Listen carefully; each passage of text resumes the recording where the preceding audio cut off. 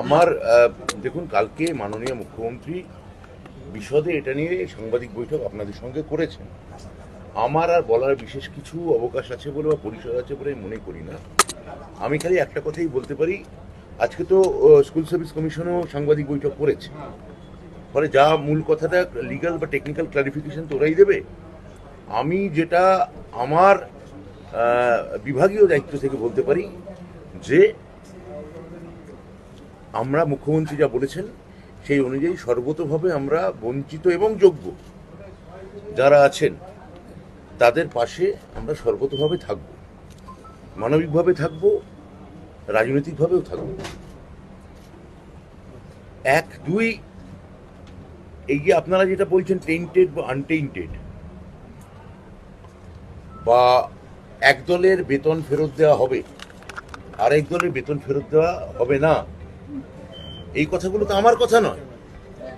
এগুলো মহামান্য প্রধান বিচারপতির জাজমেন্টে প্রতিটি পাতায় আছে, মানে বেশ কয়েকটা পাতায় আছে, 28 নম্বর অনুচ্ছেদে খুব স্পষ্ট করে আছে।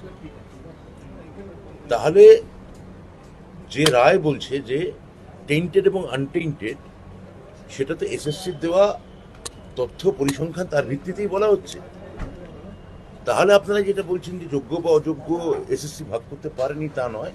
হয়তো বলতে পারেন তাতে কোর্ট সম্পূর্ণ, তো কোর্ট সেটা বলেওছেন মাননীয়, যে তারা সন্তুষ্ট হচ্ছেন না। কিন্তু যোগ্য অযোগ্যের একটা ভাগাভাগি নিশ্চিতভাবে প্রধান বিচারপতির রায়ের পর আমরা বুঝতে পারছি, এবং যারা যোগ্য এবং বঞ্চিত তাদের একটা মানবিক দৃষ্টিভঙ্গি যাতে সব তরফ থেকে বেরোয়, আমি সেই আবেদনও এই সূত্রে করব। আপনাকে রিভিউ পিটিশন এটা উল্লেখ করবে যদি রিভিউ পিটিশন আলো দেখুন, রিভিউ পিটিশন বা ইত্যাদি এই টেকনিক্যাল বা লিগ্যাল প্রশ্নগুলো, এগুলো তো এসএসসির ব্যাপার। এসএসসি তার আইনি প্রক্রিয়া নিয়ে করবে। যদি আমাদের বিভাগের কাছে কোনো এই বিষয়ে তারা সাহায্য চায়, আমরা সেটা আইনি পরামর্শ তাদের নিশ্চয়ই দেব, তবে সেটা আইনি পরামর্শ নিয়ে দেব। আজকে থেকে তো 17,000 তারা স্কুলে যাচ্ছেন না, তাহলে ক্লাস কর্ম চলবে। আমার মনে হচ্ছে যে এটা এই তথ্য ঠিক নয়। বিশেষত গতকাল মুখ্যমন্ত্রী যে বার্তা দিয়েছেন, সে বার্তায় পরিষ্কার করে তাদের কি করণীয় বা কি করণীয় নয় সেটা তিনি কালকে তাদের বলে দিয়েছেন। আর আপনারা যেটা বলছেন, আমাদের কাছে এরকম কোনো তথ্য নেই যে তারা যাচ্ছেন না। মানে তারা স্কুলে যেতে পারে। আমি তো এরকম কথা বলতে পারি না।